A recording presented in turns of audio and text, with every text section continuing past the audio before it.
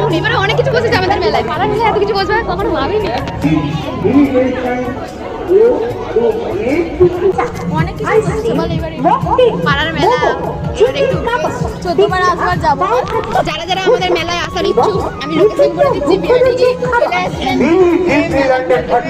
পাড়ার মেলা তো আমাদের এখানে মেলা বসলে আকাশেরও এতটাই আনন্দ হয় যে কান্না করে দেয়। প্রত্যেক বছরই এরকম হয়। প্রত্যেকটা বছর তোমরা সব নিশ্চয় নিচটা দেখে বুঝতেই পারছো কাদা কাদা হয়ে আছে বৃষ্টি হওয়ার কারণে।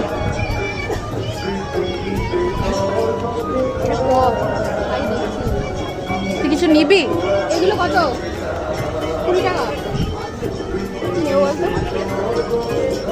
এগুলো 20। তুই খাবি? মাছ মেলা খাবি? এটা কি? আরে লজেস দে। কি বল ভাই?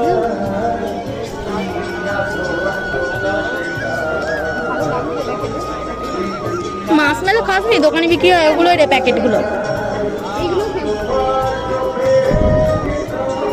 আমি সেই এক ধরনের এখানে বাদাম ঝিলিপি বসেছে, যাদের যাদের খেতে ইচ্ছুক তারা তারা এসে খেয়ে যাবে। আর যাদের যাদের জামা কাপড় কেনার এখানে চলে আসবে। বাড়ির কাছে মেলা। তারপর আমরা মেলা ঘুরে ঠাকুর দর্শন করতে চলে এসেছি। তো আমাদের এখানে তারামার পুজোর উপলক্ষে মেলা বসে। তারপর মেলা ঘোরা হয়ে যাওয়ার পর আমরা কোচিংয়ে যাই।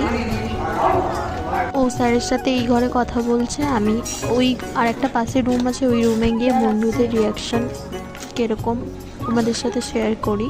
স্যার আসবো? এই রুমে বসবো তো?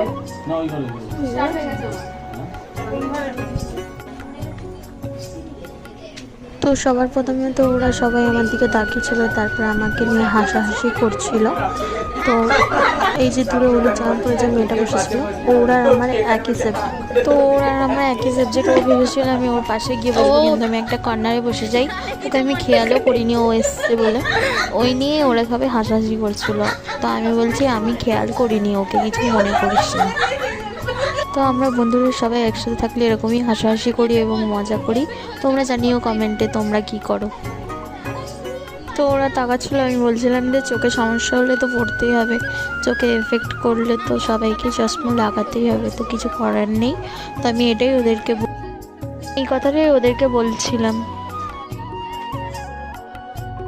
তো আজকের ভিডিওটা এতটাই। যদি ভালো লেগে থাকে লাইক কমেন্ট শেয়ার করো এবং আমার পাশে থেকো, আমার চ্যানেলটাকে সাবস্ক্রাইব করে যেও।